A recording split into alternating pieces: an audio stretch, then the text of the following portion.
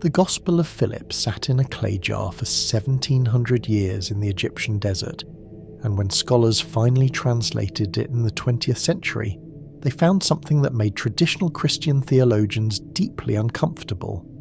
It wasn't just another collection of Jesus' sayings or parables.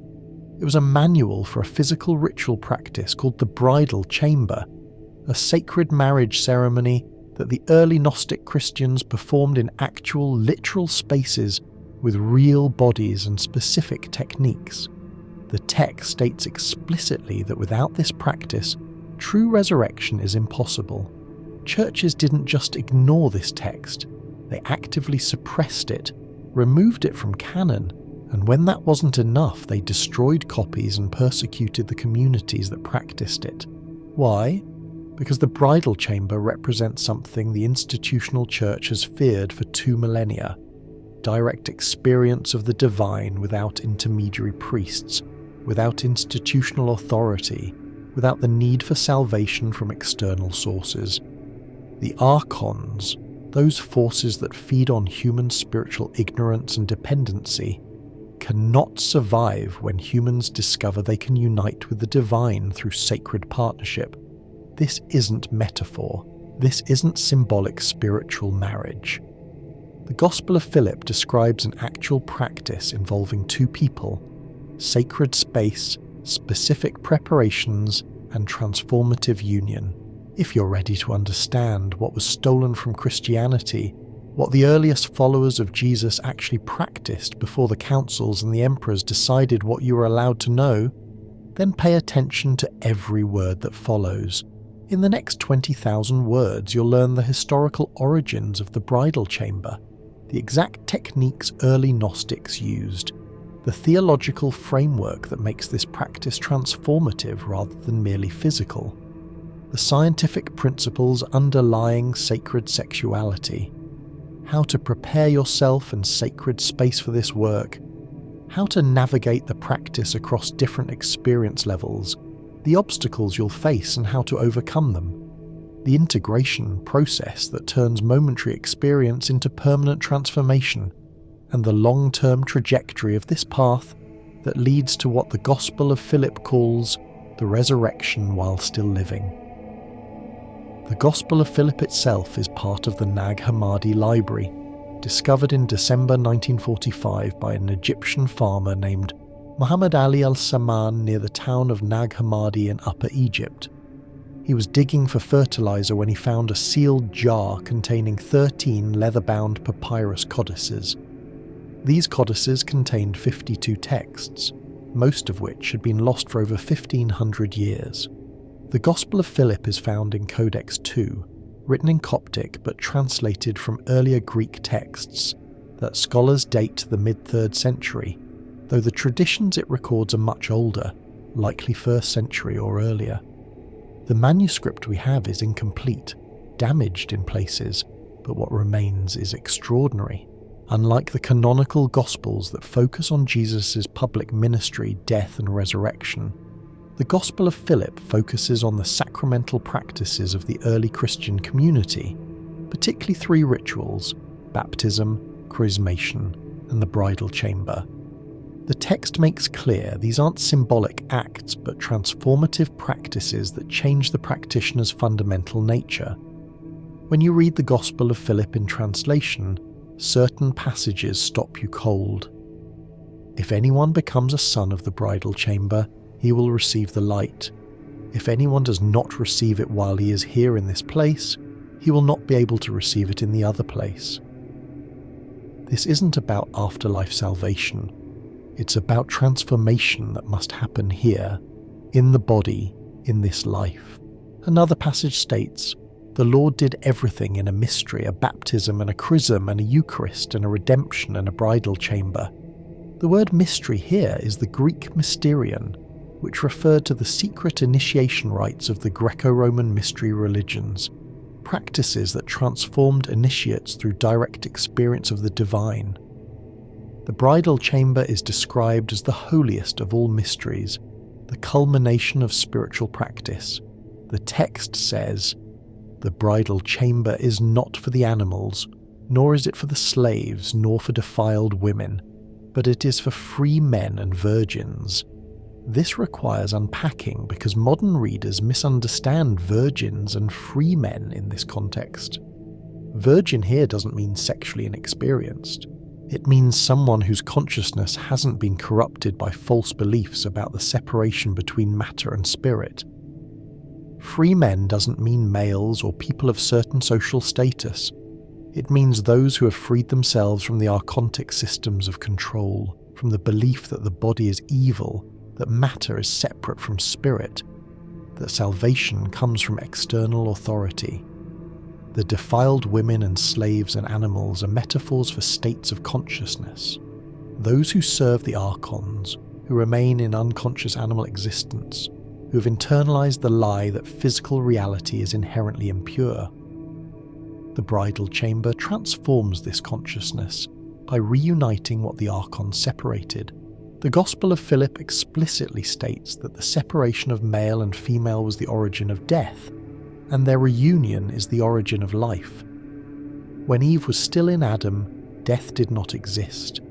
When she was separated from him, death came into being. If he again becomes complete and attains his former self, death will be no more. This is not ancient patriarchy or gender essentialism. This is sophisticated metaphysics describing how consciousness fragmented from unity into duality, and how sacred union practice restores that unity. Before we go further into technique, we need to understand why this practice was suppressed and what happened to the communities that practiced it. The early Christian movement was far more diverse than most people realize. What we call Christianity in the first 3 centuries was actually dozens of different schools with radically different beliefs and practices. There were Jewish Christians who followed Torah and saw Jesus as a prophet. There were Gnostic Christians who saw Jesus as a revealer of hidden knowledge. There were Proto-Orthodox Christians who were developing what would become Catholic doctrine. There were Marcionites who rejected the Old Testament entirely. There were Valentinian Gnostics who had elaborate cosmologies and initiation practices. The bridal chamber was practiced primarily among Valentinian and related Gnostic communities, named after Valentinus, a brilliant theologian who nearly became Bishop of Rome in the mid-2nd century. Valentinus taught in Rome from approximately 136 to 165 CE, and he developed a sophisticated theological system that integrated Platonic philosophy, Jewish mysticism, and Christian revelation. His school taught that humans contain a divine spark trapped in matter, and that gnosis, direct experiential knowledge of the divine, liberates this spark. The bridal chamber was the primary practice for achieving this gnosis. The Roman Church, which was consolidating power and standardizing doctrine, saw these Gnostic practices as threats for several reasons. First, they bypassed priestly authority. If individuals could experience the divine directly through partnership, they didn't need priests as intermediaries. Second, they affirmed the body and sexuality as sacred, which contradicted the increasing Christian embrace of celibacy and bodily denial. Third, they empowered women equally with men. In Valentinian communities, women served as teachers, prophets, and priests. They participated equally in the bridal chamber. The Gospel of Philip mentions Mary Magdalene specifically as Jesus' companion, using a word that implies intimate partnership, and states that Jesus loved her more than the other disciples and used to kiss her often. This wasn't scandalous sexuality. This was sacred partnership as spiritual practice. Fourth, these practices were esoteric, meaning they were taught gradually to prepared students rather than proclaimed publicly. This contradicted the emerging Catholic claim to universal authority. If secret teachings existed, then the public church didn't have complete truth. Fifth, and perhaps most importantly, Gnostic Christianity was radically non-institutional. It didn't require bishops, buildings, tithes, or political power. It required only the commitment of practitioners to their own transformation. The suppression happened in stages. First came the theological attacks. Church fathers like Irenaeus wrote detailed refutations of Gnostic teachings in texts like Against Heresies, completed around 180 CE. Irenaeus had access to Valentinian teachings and described their practices, though always through a lens of condemnation. He particularly attacked their sacramental practices, calling them perversions and mockeries of true Christian ritual. He describes the bridal chamber but claims, without evidence, that it involved sexual debauchery. This pattern of slander became standard. Accuse Gnostics of immorality to justify their suppression. Second came institutional exclusion. As the Proto-Orthodox Church developed formal structures, it excluded Gnostic teachers and communities. The Muratorian canon, from late 2nd century, is our earliest list of accepted Christian texts, and it explicitly excludes Gnostic writings. Third came imperial violence. When Constantine converted to Christianity in the early 4th century and the Roman Empire made Christianity its official religion, the state backed Orthodox Christianity with force. The Council of Nicaea in 325 CE established official doctrine, and deviation became not just heresy, but crime. Fourth came the destruction of texts. We know from historical records that Christian authorities burned libraries of Gnostic texts. The Nag Hammadi text survived only because someone, probably a monk from the nearby monastery, buried them to preserve them from destruction. This was around 367 CE, shortly after Bishop Athanasius sent a letter ordering the destruction of heretical texts. The communities that practiced the bridal chamber went underground or were destroyed, some integrated into other esoteric traditions. Some practices probably survived in disguised forms in Christian mysticism, in the strange sexual imagery of medieval mystics like Hildegard of Bingen or John of the Cross, though stripped of their literal practice. Some knowledge may have passed into Tantric Christianity, if such a thing existed in the Middle East and was later absorbed into Islamic Sufism. Some practices may have influenced the troubadours and Cathars of medieval France, who had unusual views on sacred love and were brutally suppressed in the Albigensian Crusade. By the medieval period, mainstream Christianity had so thoroughly demonized the body and sexuality that the idea of sacred sexual practice was literally unthinkable within Christian context. Celibacy became the higher spiritual state. Marriage was a lesser path for those too weak to remain celibate.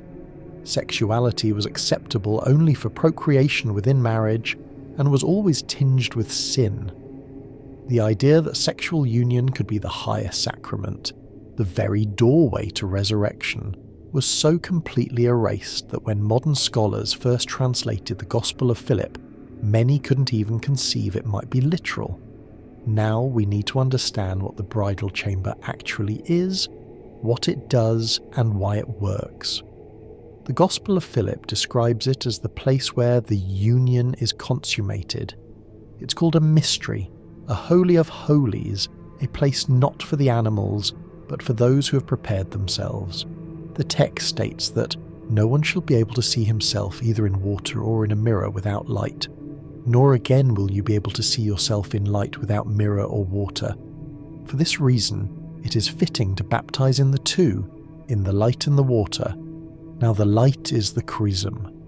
This is describing a progression of practices. Baptism represents purification and dedication.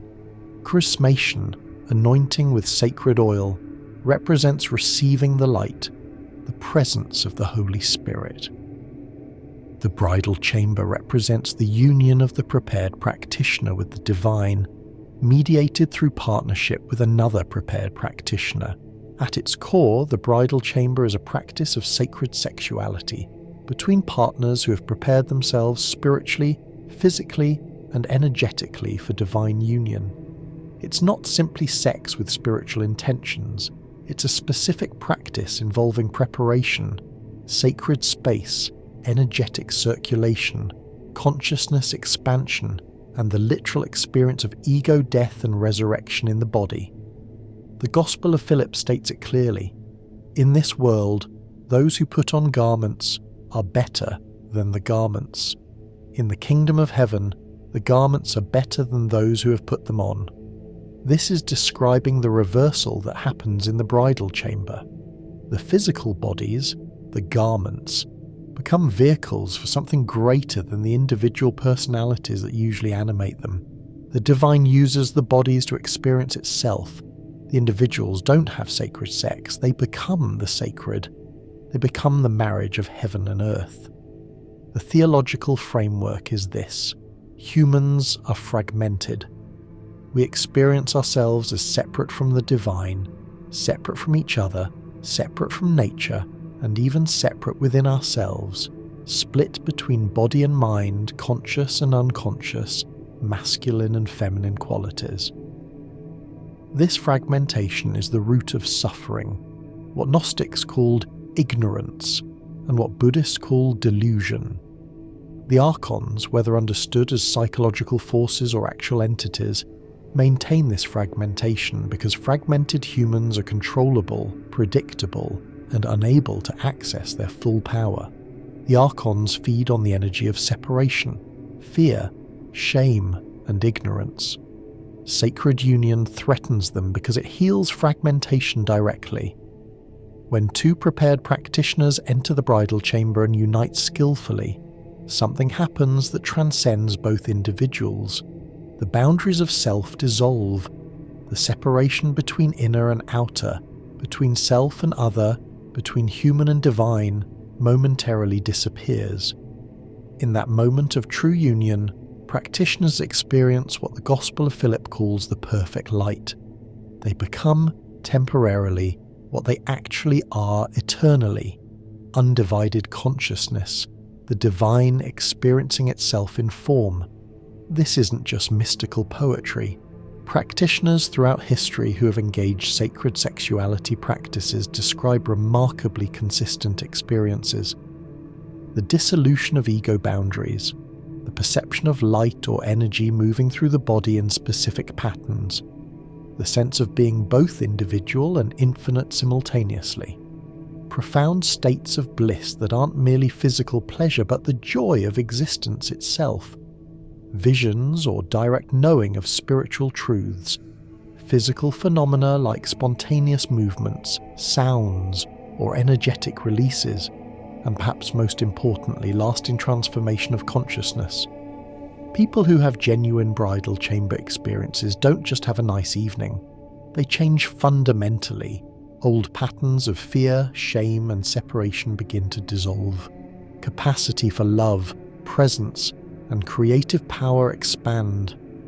The practice doesn't make you spiritual. It reveals what you already are beneath the conditioning. The scientific framework that explains these effects is still developing, but we can point to several relevant areas of research. Neuroscience has discovered that during intense sexual arousal and orgasm, the brain undergoes dramatic changes. The prefrontal cortex, associated with self-awareness and judgment, shows decreased activity. The amygdala, associated with fear and anxiety, quiets. The release of oxytocin, dopamine, and endorphins creates states of bonding, pleasure, and even transcendence. Brain scans of people in orgasm show patterns similar to those in deep meditation or psychedelic states. The brain literally enters a different mode of consciousness. But sacred sexuality practitioners aren't just trying to achieve orgasm. They're using arousal and erotic energy as fuel for consciousness expansion. They're learning to move sexual energy through the body in specific patterns, often described as energy channels or meridians, which correspond to what Asian traditions call nadis, or what Kabbalists call the channels of the Tree of Life. Western science is beginning to catch up to what these traditions have known for millennia. The body has energetic anatomy as well as physical anatomy. Research into altered states of consciousness has found that profound experiences of unity, transcendence, and ego dissolution have measurable therapeutic effects. Studies of psychedelics at institutions like Johns Hopkins and Imperial College London have shown that single experiences of ego dissolution can produce lasting decreases in anxiety and depression and increases in openness, creativity, and well-being. The mechanisms aren't fully understood, but researchers theorize that these experiences allow the brain to temporarily escape its habitual patterns and reorganize in healthier ways. Sacred sexuality, when practiced skillfully, can produce similar states without substances. The combination of intense arousal, conscious breathwork, energetic practices, and the presence of a trusted partner creates conditions for ego transcendence. The Gospel of Philip's claim that the bridal chamber produces resurrection isn't metaphor. It's describing the death of the false self and the arising of authentic being. Attachment theory and modern relationship psychology provide another framework. Secure attachment, developed in early childhood or healed in adult relationships, involves feeling safe with another person, able to be vulnerable, seen, and accepted.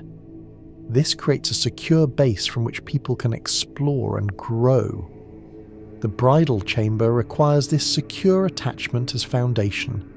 Partners must feel safe enough to completely let go, to allow the ego defenses to dissolve, to surrender to something greater. Without this safety, the practice remains merely physical. The nervous system stays in protection mode. True surrender and opening become impossible. This is why the Gospel of Philip emphasizes that the bridal chamber is not for the defiled or slaves, not as moral judgment, but as recognition that those still trapped in fear, shame, or power dynamics cannot access the practice's depths. Polyvagal theory, developed by neuroscientist Stephen Porges, explains how the nervous system has different states: sympathetic activation for fight or flight, dorsal vagal shutdown for freeze and collapse, and ventral vagal activation for social engagement and safety. Sexual arousal typically activates sympathetic arousal, but sacred sexuality practices teach how to maintain ventral vagal safety even in high arousal. This allows the body to experience intense energy without triggering defense responses. Partners learn to titrate arousal, building it gradually while maintaining nervous system regulation.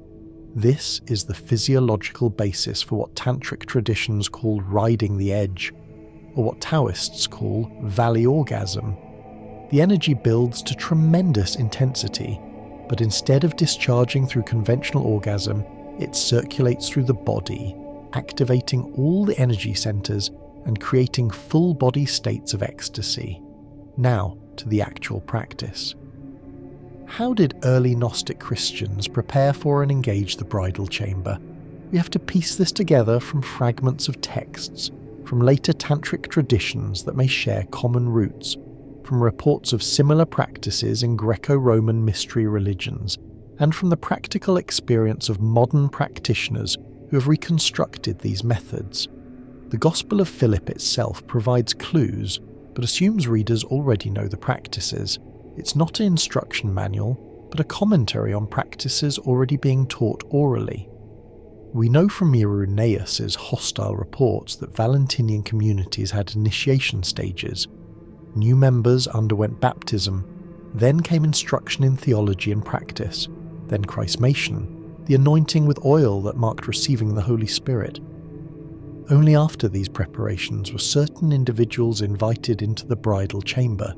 Not everyone participated. It was specifically for those who were ready, who had prepared themselves, who felt called to this path. Preparation involved several dimensions. First, theological understanding. Participants needed to understand the cosmology, to know what they were doing and why. They studied texts, received instruction from teachers, contemplated the mysteries. They needed to grasp that matter isn't evil, that the body is sacred, that sexuality can be a path to God.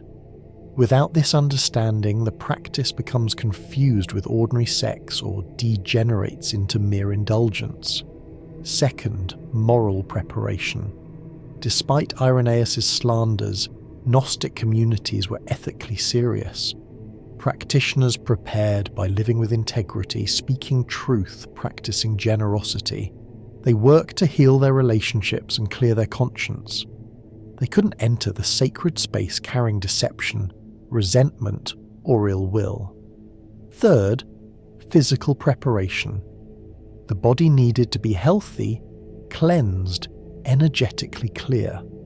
This involved dietary practices, fasting, bathing, possibly abstinence from sexual activity before the ritual to build erotic charge. Fourth, energetic preparation. This is where practice gets specific and technical. The human body contains energetic anatomy that most Western people don't know exists because our culture doesn't teach it. Every mystical tradition worldwide has mapped this anatomy, though using different terminology. Hindu Tantra describes chakras, energy centers along the central channel of the body, and nadis, energy channels that distribute life force. Taoist practices describe the microcosmic orbit, a circulation of energy up the back and down the front of the body, and the three treasures: Jing, essence/sexual energy; Qi, life force; and Shen, spirit. Kabbalah describes the tree of life with its 10 sephiro and 22 connecting paths, which map onto the human body. Early Christian mysticism had similar maps, but the knowledge was suppressed or lost. The Gospel of Philip's references to light, mirrors, water, and union suggest practices involving visualization of light and circulation of energy. Preparation for the bridal chamber required learning to feel, move, and direct this subtle energy. The basic practice is this: sit or lie quietly, breathe slowly and deeply, and begin to sense the subtle energy in your body. Most people initially feel nothing. With practice, you begin to notice tingling, warmth, vibration, or a sense of aliveness. This isn't imagination. It's developing sensitivity to what's always been there. Start by feeling your hands. Rub them together to generate sensation, then hold them close without touching. Notice the warmth or tingling between them. This is your life force, your qi, your pneuma. Now practice moving it. Imagine breathing this energy up from the base of your spine to the crown of your head as you inhale. Feel it descend down the front of your body to your lower belly as you exhale. This is the microcosmic orbit, taught in Taoist Qigong but likely known to early Christian mystics as well. The Gospel of Philip's reference to light might describe this practice. But if anyone becomes a son of the bridal chamber, he will receive the light. The light isn't metaphor. It's the inner light practitioners see and feel when energy moves through the central channel. Practitioners would spend weeks or months developing this skill before entering the bridal chamber with a partner. They would learn to build sexual energy through breathing and attention, without immediately discharging it through orgasm. Men particularly needed this skill because conventional male orgasm dissipates energy. The practice requires retaining and circulating that energy. Women's arousal naturally tends toward full-body waves rather than local genital discharge, but women also needed to learn to build and move energy consciously. Both partners learned to sense energy, not just in their own bodies but in their partners. They practiced simple partner exercises, sitting face to face, breathing together, sensing each other's energy fields, learning to attune to each other's state. Sacred space preparation was crucial. The bridal chamber wasn't just any room. It was prepared to be a container for the sacred. This involved physical cleaning and purification, but more importantly, energetic consecration. The space was blessed, perhaps with prayer or ritual set apart from ordinary reality. Participants likely fasted before entering. They bathed ritually, perhaps anointed themselves with fragrant oils. The Gospel of Philip mentions chrism, a sacred anointing oil, which in early Christianity was olive oil mixed with aromatic plants. This wasn't just symbolic. Scent powerfully affects consciousness. and certain fragrances facilitate altered states.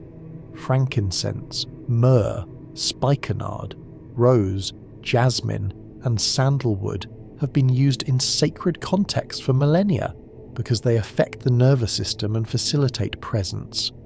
The space might contain candles for soft light.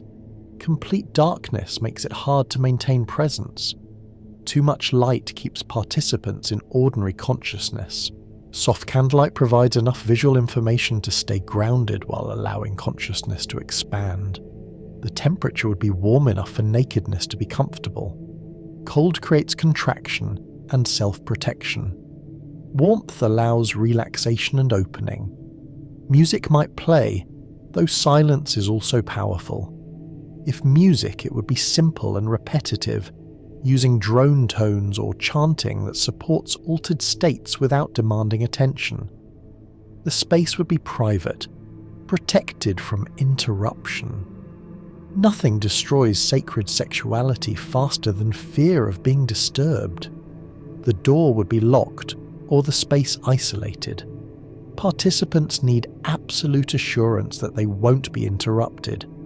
Partners would enter the prepared space together, having already set clear intentions. What are they calling in? What do they wish to experience? What do they offer to the divine? The Gospel of Philip suggests the intention was union with the divine, receiving the light and experiencing resurrection.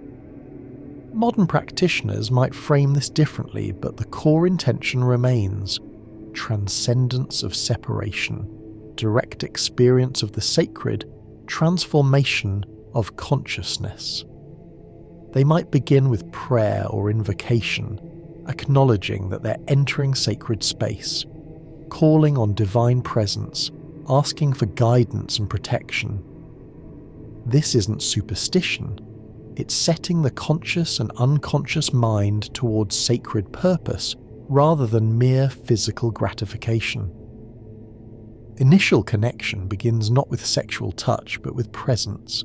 Partners sit face to face, perhaps in cross-legged position, close enough that their knees touch.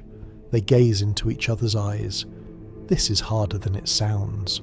Ordinary social interaction involves fleeting eye contact interrupted by looking away. Sustained eye gazing triggers vulnerability, emotion, and altered states. Practitioners breathe together, synchronizing their breath. One partner leads, the other follows, creating a shared rhythm. This synchronized breathing begins to merge their energy fields and nervous systems. They might place their right hands on each other's hearts, feeling the heartbeat, sensing the living presence of the other. This stage might last 20 or 30 minutes, or even longer. There's no rush. The practice is about presence, not about getting somewhere. As presence deepens, arousal naturally begins to arise, not through deliberate sexual stimulation, but through the intimacy and energy of the connection. Partners might begin to incorporate breath of fire, a rapid rhythmic breathing that activates energy and arousal. Or they might use slow, deep breathing into the belly, breathing in through the nose and out through the mouth with sound, sighing or moaning, which helps release tension and allows energy to flow. Sound is important in this practice. Most people inhibit sexual sounds out of shame or self-consciousness. Sacred sexuality requires allowing the natural sounds of pleasure and energy. These sounds aren't performed or exaggerated, they're allowed. They help energy move and they communicate to your partner what's happening in your system. Touch begins gradually, not immediately genital but slowly exploring each other's bodies with reverence and curiosity. The entire body becomes erotic.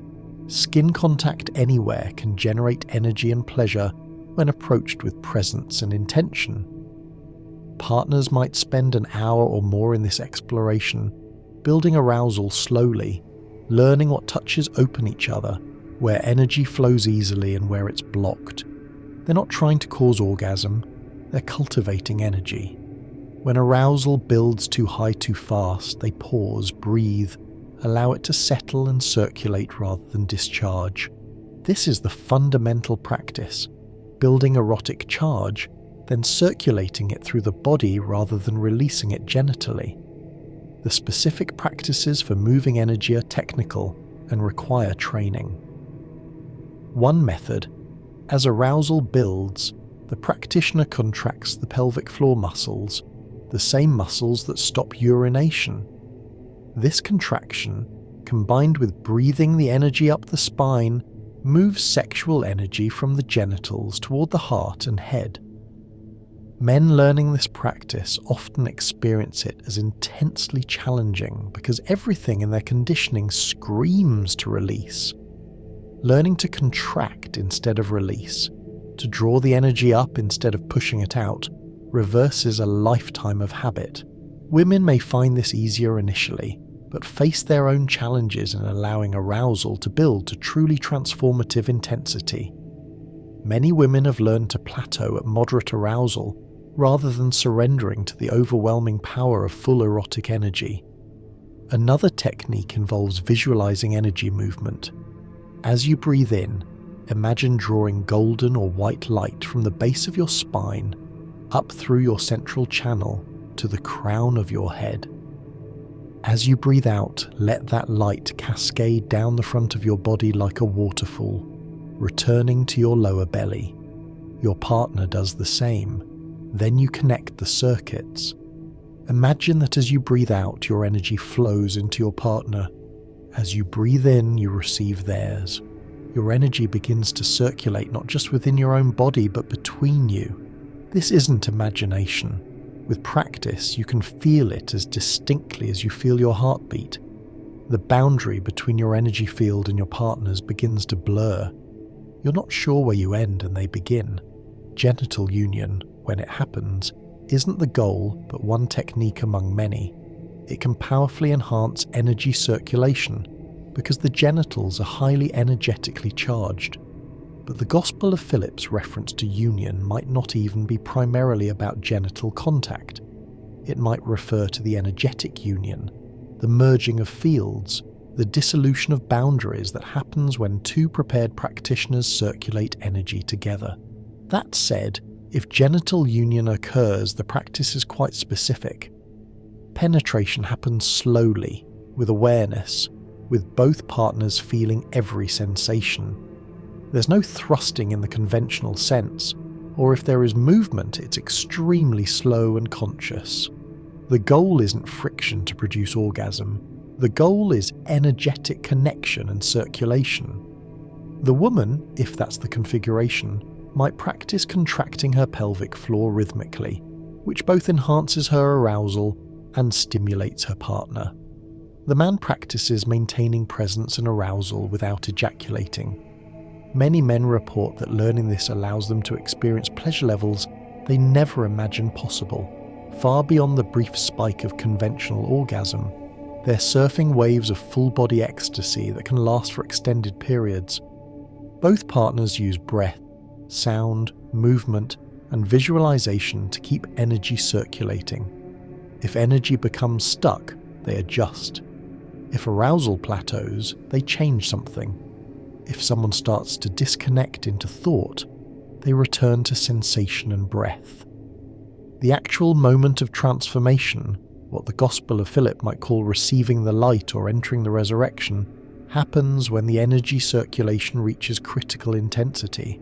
The practitioners have been building energy, circulating it, for perhaps an hour or several hours.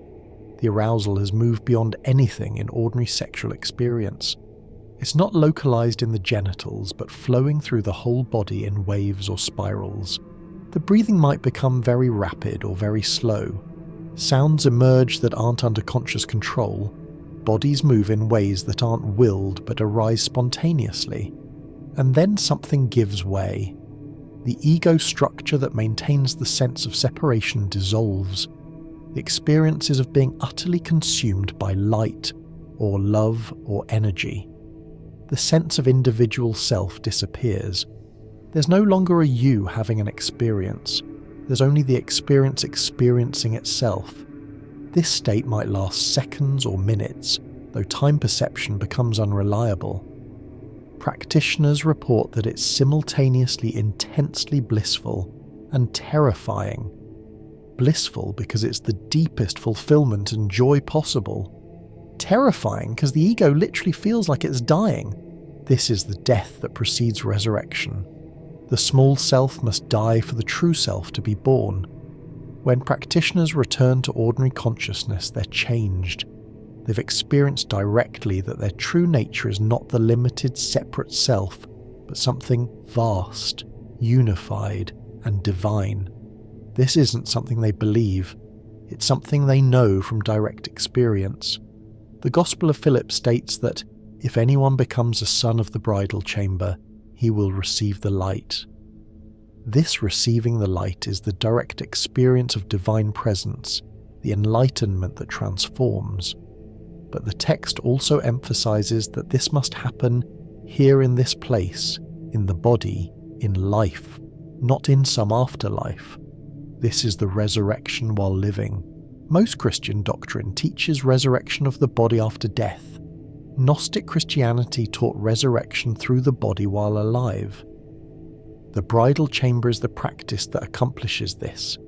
After the peak experience, integration begins.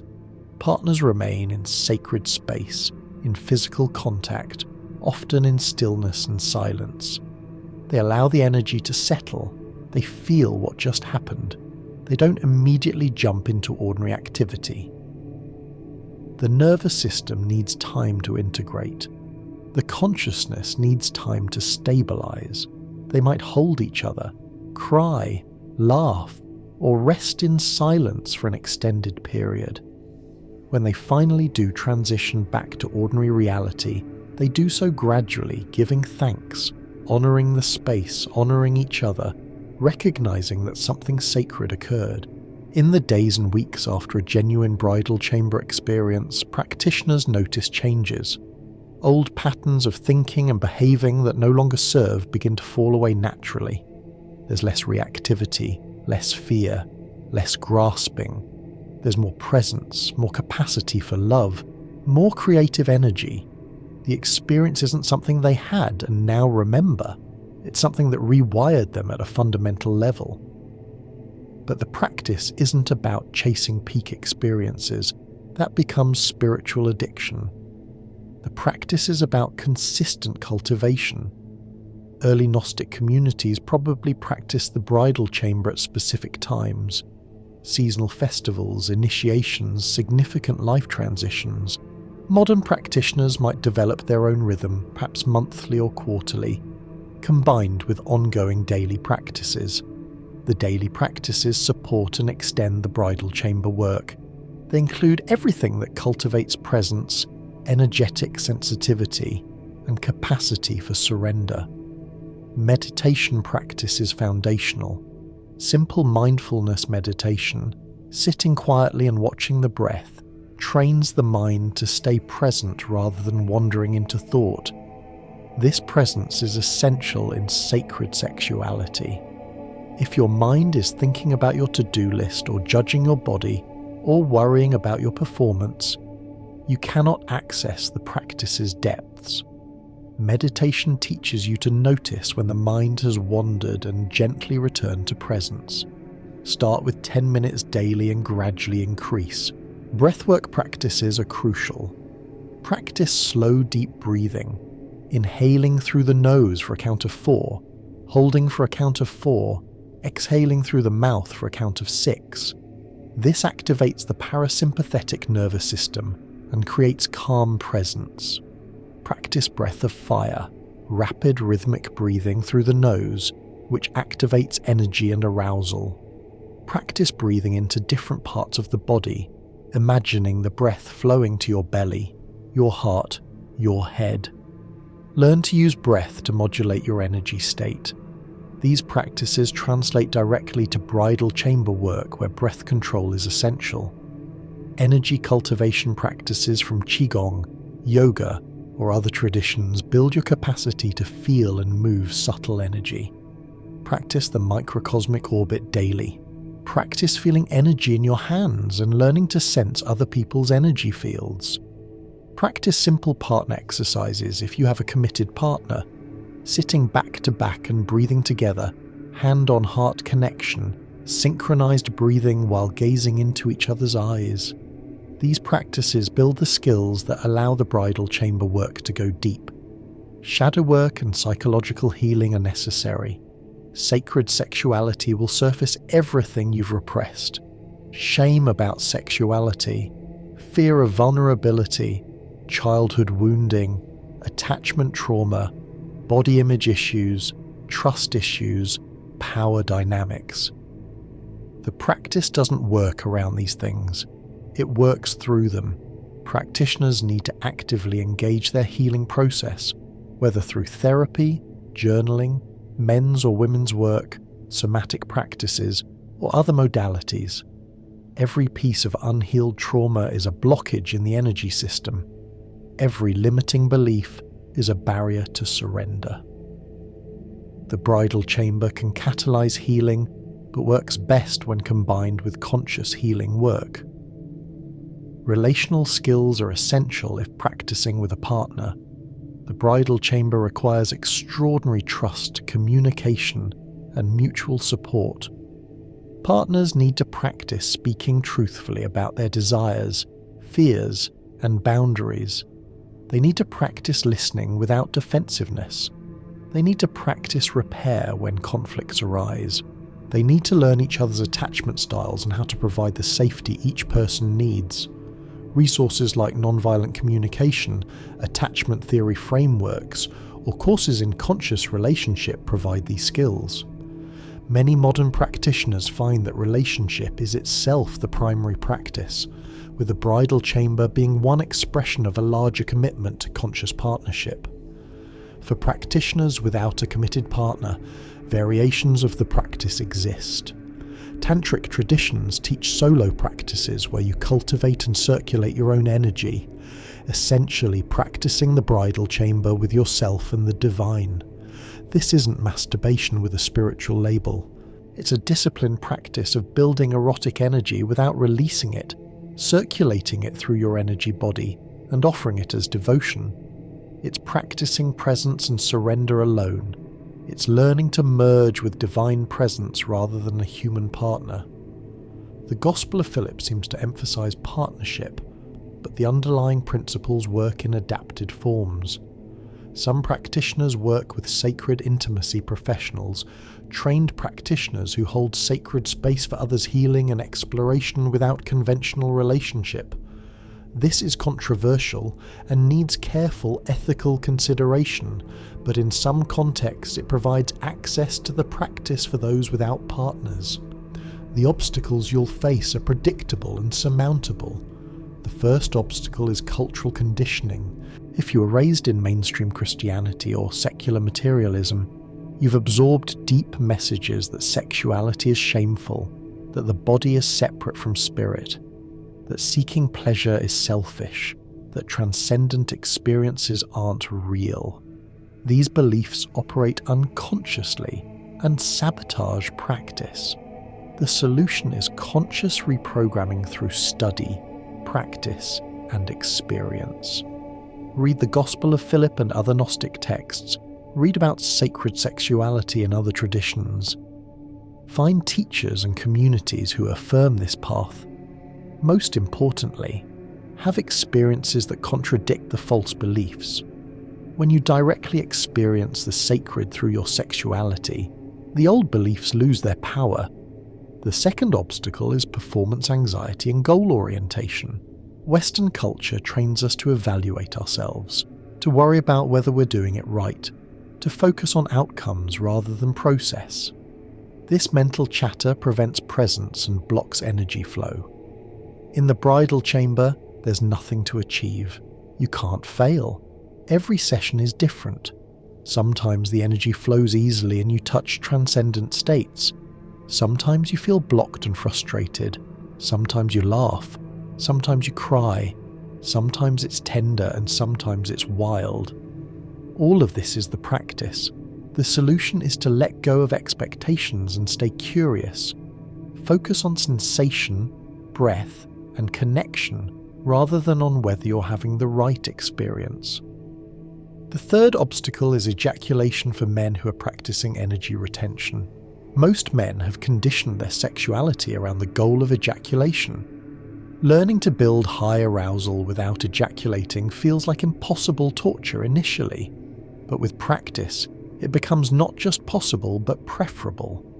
The keys are strong pelvic floor muscles, breath control, and the ability to relax into high arousal rather than tensing toward release. Practice alone first. Build arousal to perhaps 7 out of 10, then stop all stimulation, contract your pelvic floor, breathe deeply, and let the arousal circulate.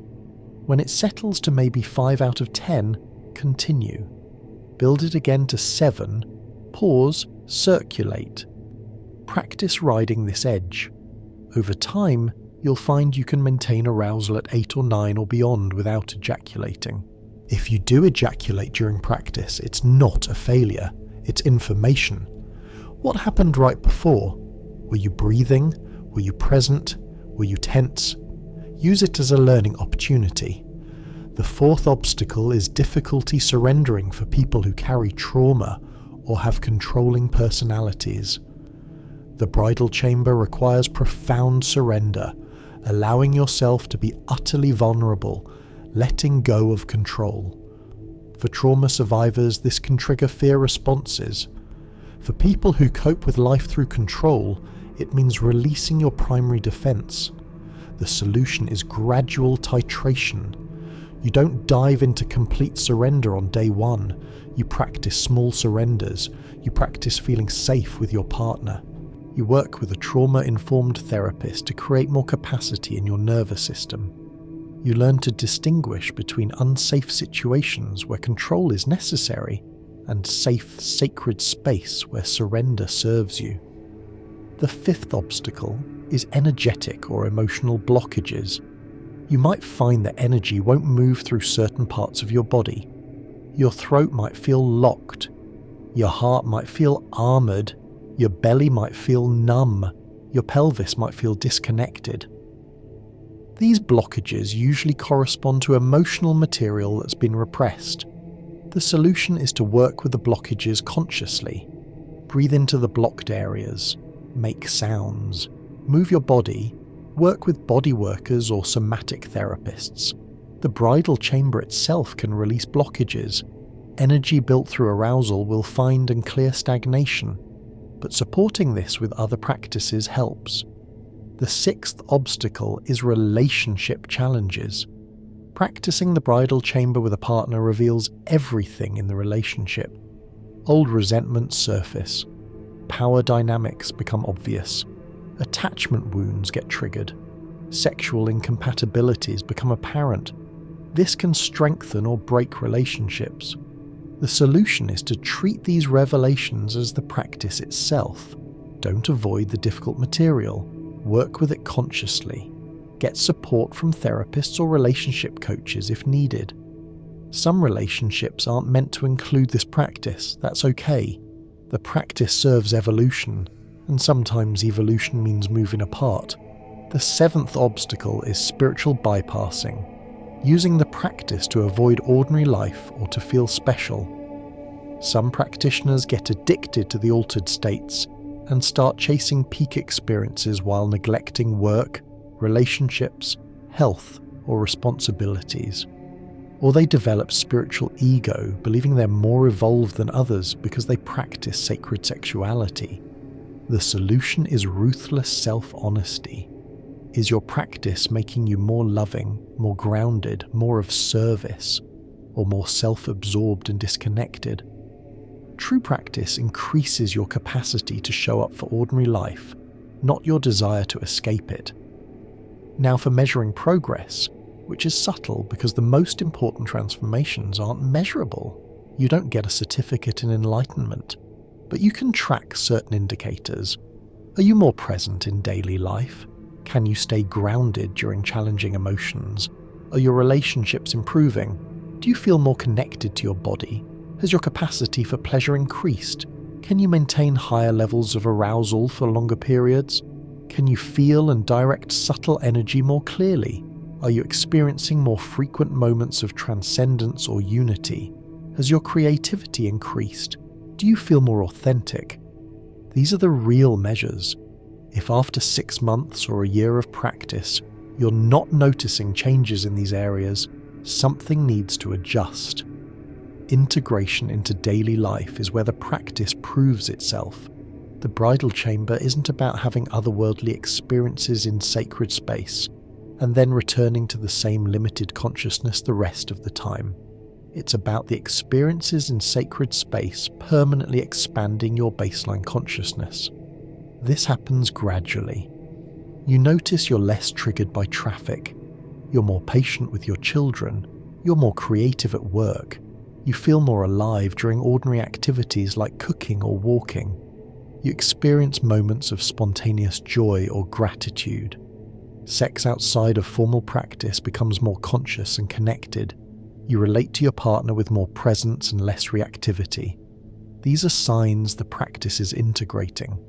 The 30-day starter practice for beginners looks like this. Days 1 through 7. Establish daily meditation practice. Just 10 minutes sitting quietly watching your breath. Read the Gospel of Philip and journal about your reactions. If you have a partner interested in this work, have a conversation about your intentions and boundaries. Days 8 through 14. Add energy cultivation practice, specifically the microcosmic orbit. Practice it 10 minutes daily. Notice what you feel in your body. Continue reading about sacred sexuality from various traditions. Days 15 through 21. If you have a partner, begin practicing eye gazing and synchronized breathing together, 15 minutes 3 times this week.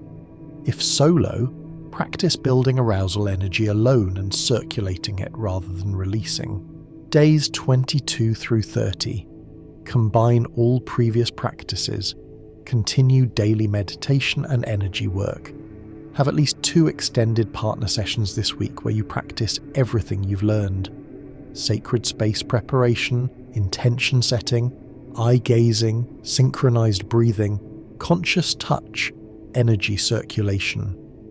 Avoid genital union if possible. Focus on presence, breath, and energy. If solo, have 2 extended self-practice sessions using similar structure. After this 30-day foundation, practitioners can begin working with more advanced variations. Some are working with multiple energy centers simultaneously, circulating energy through complex pathways.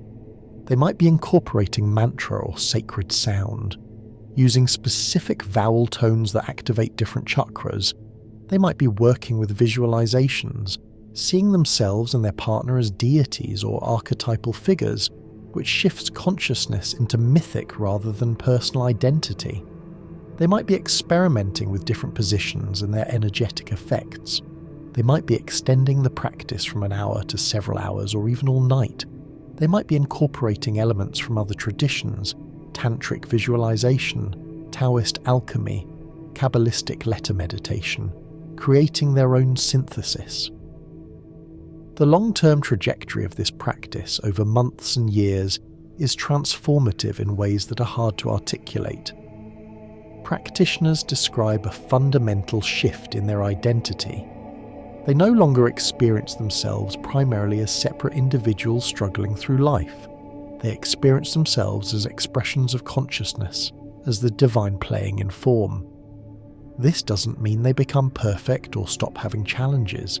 It means the challenges happen within a larger context of trust and purpose. They develop capacities that seem extraordinary to others but are actually human potential that our culture suppresses. They can sense energy fields and emotional states in others. They have more access to intuitive knowing. Synchronicities increase in frequency. They manifest their intentions more effectively. Their presence affects others in healing ways. Some practitioners report spontaneous kriyas, where the body moves or sounds emerge without conscious control as energy clears blockages. Some report visions or encounters with what they interpret as spiritual beings or guides. Some have precognitive dreams or sudden downloads of creative insights. Some develop healing abilities. These phenomena aren't the goal but can be byproducts of consistent practice.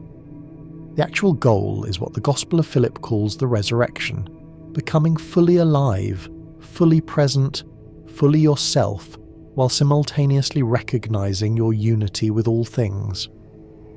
The community aspect of this practice is complex. Ancient Gnostic communities provided support, teaching, and accountability for practitioners. They shared a worldview and a set of practices. Modern practitioners face the challenge that this knowledge was suppressed so thoroughly that there's no continuous teaching lineage. We're reconstructing practices from fragments, which means lots of experimentation and mistakes. Online communities exist but require discernment. Some are genuine seekers sharing their practice. Some are spiritual predators using sacred sexuality language to manipulate people into unethical situations. Red flags include teachers who pressure students into sexual contact, who promise enlightenment through sex with them specifically, who use shame or guilt to control, who isolate students from outside perspectives, or who mix genuine teaching with personal gratification. Healthy communities or teachers are transparent about their training and experience, maintain clear boundaries, empower students to trust their own knowing rather than becoming dependent, provide practices you can verify for yourself, welcome questions and skepticism, acknowledge what they don't know, and demonstrate the fruits of the practice in their own lives through integrity, compassion, and groundedness. Finding a teacher or community isn't necessary for this practice but can be valuable. Many practitioners work primarily with books, online resources, and their own exploration. Others benefit greatly from guidance. Trust your intuition about who and what feels right. Related practices that complement the bridal chamber include any contemplative tradition that develops presence and insight. Vipassana meditation from Buddhism teaches mindfulness and equanimity. Zazen from Zen develops stillness and awareness. Centering prayer from Christian mysticism cultivates receptive silence. All of these strengthen the core capacity for presence that sacred sexuality requires. Somatic practices like yoga, qigong, tai chi, or authentic movement develop body awareness and energy sensitivity. Martial arts can develop energy cultivation and presence under pressure. Dance, especially ecstatic or conscious dance, can develop the capacity to let energy move through you without controlling it. Shadowwork modalities like internal family systems, gestalt therapy, or psychedelic-assisted therapy can clear psychological material that blocks energetic flow. Attachment repair work through EMDR, somatic experiencing, or attachment-focused therapy can heal the relational wounds that prevent safe surrender. Men's work and women's work in gender-specific containers can heal cultural conditioning around sexuality and power. Plant medicine work with appropriate guidance can provide direct experiences of ego dissolution and unity consciousness that contextualize the bridal chamber experiences. Study of mythology, depth psychology, and comparative religion provides frameworks for understanding your experiences. Reading Carl Jung on individuation and the conjunctio, the sacred marriage of opposites, can illuminate what's happening in the practice. Reading Mircea Eliade on sacred sexuality across cultures provides context. Reading contemporary tantric teachers like David Dida, Margot Anand, or Diana Richardson offers modern perspectives. Reading the original texts, the Gospel of Philip, the Gospel of Thomas, the Hymn of the Pearl, other Nag Hammadi texts, connects you to the tradition's sources. Creative practices channel the energy that gets activated. Many practitioners find their artistic expression expands dramatically. The erotic energy is creative energy. When it's not discharged through conventional orgasm but circulated and cultivated, it seeks outlet. Write, paint, make music, dance, build things. The practice doesn't just feel good, it makes you generative. It reconnects you to your creative power, which the archons suppress because creative humans are ungovernable. Service and contribution ground the practice in purpose beyond personal development. The Gospel of Philip exists not for individual enlightenment, but for the redemption of the world. As practitioners transform, they naturally begin to serve others' transformation. This might look like teaching, creating art, building community, healing work, parenting with consciousness, or simply showing up in daily life with more presence and love. The practice doesn't make you special, it makes you useful. The final piece is addressing the inevitable question: is this practice compatible with committed monogamous relationship? Or does it require multiple partners or alternative relationship structures?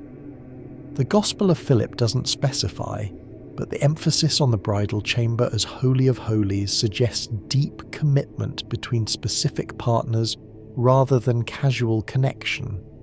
The practice requires profound trust and safety, which develop over time. Most modern practitioners find that working with one committed partner allows them to go deepest. The safety of commitment, the intimacy that develops over years, the shared intention and practice create conditions for profound transformation. That said, some practitioners work in what's sometimes called sacred intimacy contexts, where the partnership is specifically for this practice without being a full relationship. Some work with multiple partners in polyamorous or open relationship contexts. The key is that all involved have clarity about intentions, boundaries, and agreements. Deception, manipulation, or unclear agreements corrupt the practice. For practitioners in long-term monogamous relationships who want to begin this work, the process requires mutual consent and enthusiasm. If one partner is interested and the other isn't, pushing creates resentment and damages trust. The interested partner can practice solo variations and work on their own development. Sometimes one partner's transformation inspires the other's interest. Sometimes it reveals incompatibility. You can't force this path on anyone. If both partners are interested but at different levels of readiness, the more experienced partner needs patience. You work at the level the less experienced partner can access. You provide safety and encouragement. You celebrate small steps. The practice isn't a performance where one person impresses the other. It's a collaboration where both explore together. For established couples, introducing these practices often requires healing old patterns first. Years of unconscious sex, disconnected relating, or conflict may have created armor and distrust. You might need relationship therapy or counseling before sacred sexuality work can begin. You might need to recommit to the relationship with new awareness.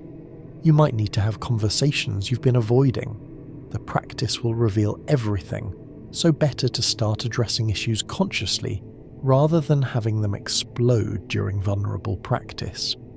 The technical aspects of long-term practice become increasingly subtle and refined. Beginners work with gross phenomena, maintaining arousal, learning basic energy circulation, staying present. Intermediate practitioners work with subtler energies, opening specific chakras, working with different breath patterns, beginning to experience ego dissolution. Advanced practitioners work with the most subtle levels, merging completely with the divine, operating from unity consciousness, spontaneous energy movements that arise from deep surrender rather than technique. After years of practice, much of the technique becomes automatic. The body knows what to do. The energy moves itself. The practitioners become instruments the divine plays rather than people doing a practice. Some advanced practitioners report experiences that sound like mystical literature across traditions. They describe perceiving the world as divine play, seeing the sacred in everything, experiencing all beings as themselves. They describe spontaneous healing of chronic physical or psychological conditions. They describe accessing past life memories or information beyond what their conscious mind could know. They describe encounters with what they interpret as angels or ascended masters or other non-physical intelligences.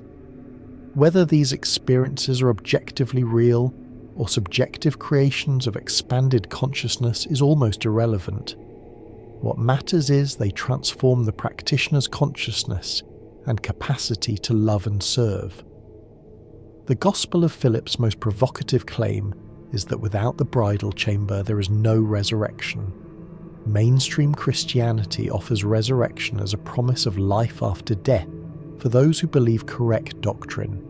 Gnostic Christianity offers resurrection as an experience available now through specific practice. The resurrection isn't your dead body coming back to life, it's your true nature being revealed while you're alive. It's the death of the false self that believes itself separate from God, and the birth of the realized self that knows itself as God, experiencing itself in form. This isn't blasphemy, it's the esoteric teaching at the heart of Christianity, preserved in Gospel of Philip and other suppressed texts, practiced by early communities, destroyed by institutional power.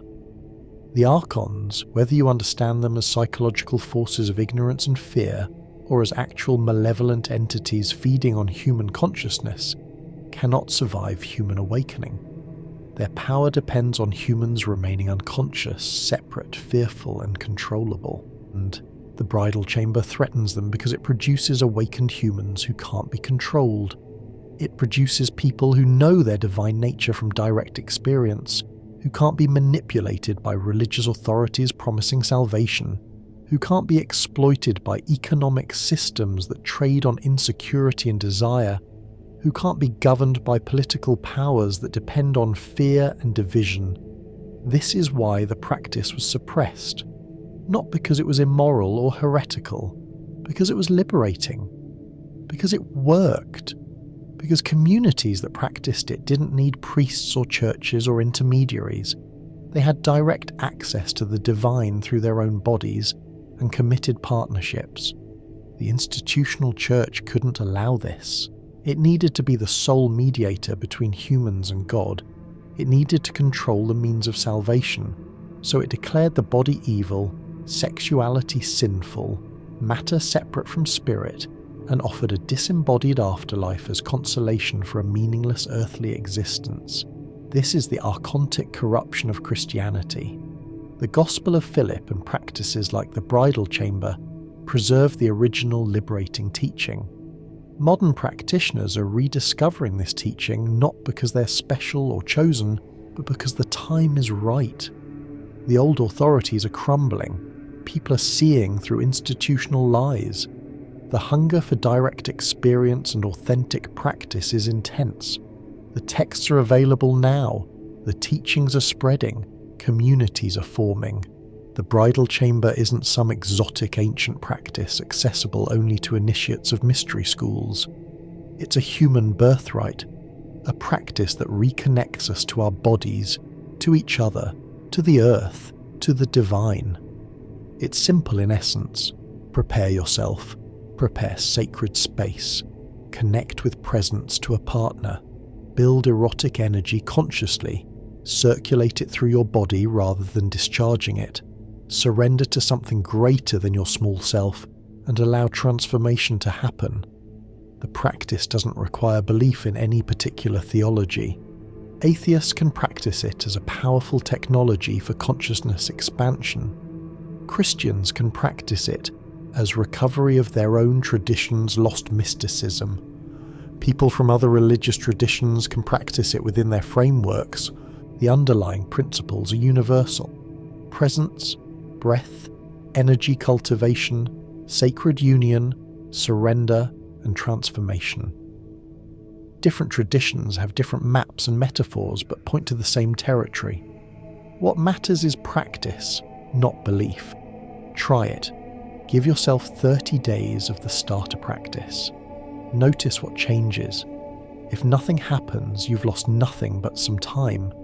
If something happens, if you begin to feel more alive, more connected, more yourself, then you've found a path worth walking. The Gospel of Philip promises that those who enter the bridal chamber receive the light and experience resurrection while still living. This isn't ancient superstition. It's a testable claim. People across 20 centuries have tested it and found it true. The practice works. The transformation is real. The resurrection happens not in some imagined afterlife, but here, now, in your actual body through actual practices with actual results. The greatest gift you can give yourself is the direct experience of your divine nature, not as an idea you believe, but as a reality you've touched. The Bridal Chamber offers this.